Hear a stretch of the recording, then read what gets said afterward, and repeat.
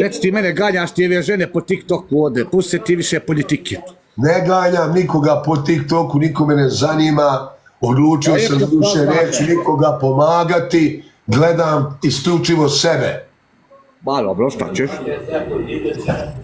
Ja sam sposoban da sebi zaradim para da ne mogu potrošiti. Pa, sluša. Ne dam nikome kome zovne za pomoć, za sirotinju, nama ću reći, jebe mi tebe i pomoć i tu sirotinju, marš iz lajka. Sad nisi u pravu, Boga mi sad se ne slažem. Čekaj, Gegi. Ja stvarno imam, sluša, stani. Ja imam respekt i poštovanje, ali i kada te zovne, bolje kaži nisam u mogućnosti nego da ga psuješ. Ja ću uradit kako ja radim.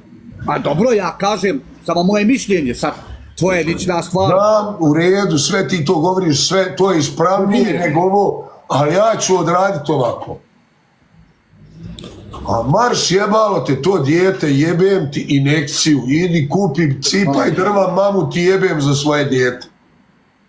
Najlakše je zapaketi, kad uzmeš pare, zapali i smije se, marš. Alikomu salam. Šta ćeš, koliko god da moram u mogućnosti 10 eura lijepo je dati. A u mogućnosti sam da dam život, ne dam im ni marke.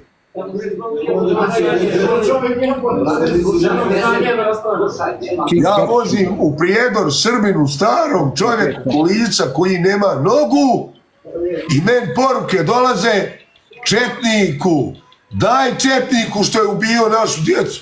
Čovjek skoro odsječene noge dobio šećer.